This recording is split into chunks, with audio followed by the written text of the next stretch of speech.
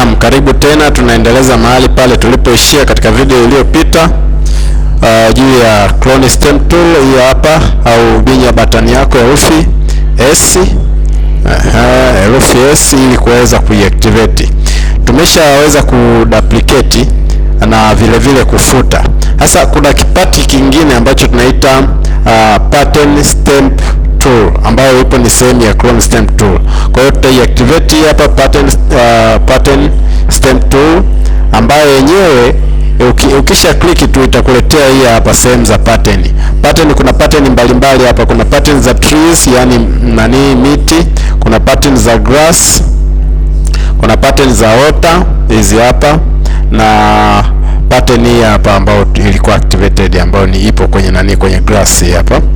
Kwa hiyo wewe utachagua pattern moja hapo. Yenyewe kazi yake ni kupaka pattern katika picha, katika kazi yako. Mfano, tukiactivate hii hapa ya majani ya majani hayo tumeiactivate. Ukija hapa unaweza ukapunguza au kuongeza, ni wewe mwenyewe. Ukija hapa labda tufanye tuichukue hii. Ukija hapa unapaka huku nyuma. Kwa hiyo huku nyuma tayari kunakuwa na nini? Na majani. Unaona? Kunakuwa na majani. Tayari umeshafanya nini? Umeshaitumia pattern stamp tool yako.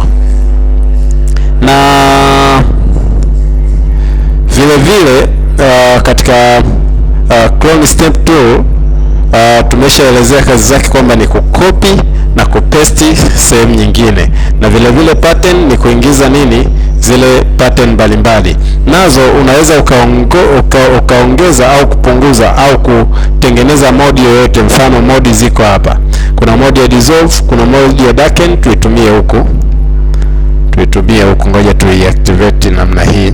Kuna modi ya darken. Hizi modi unaweza ukazitumia na wewe mwenyewe jinsi unavyohitaji. Difference, divide na kadhalika. Kwa hiyo modi nazo zipo, na vile vile kuna opacity. Kama unataka kupunguza opacity yake, kama unataka kuweka flow yake kupunguza, kama unataka degree ngapi, ni wewe mwenyewe. Asante.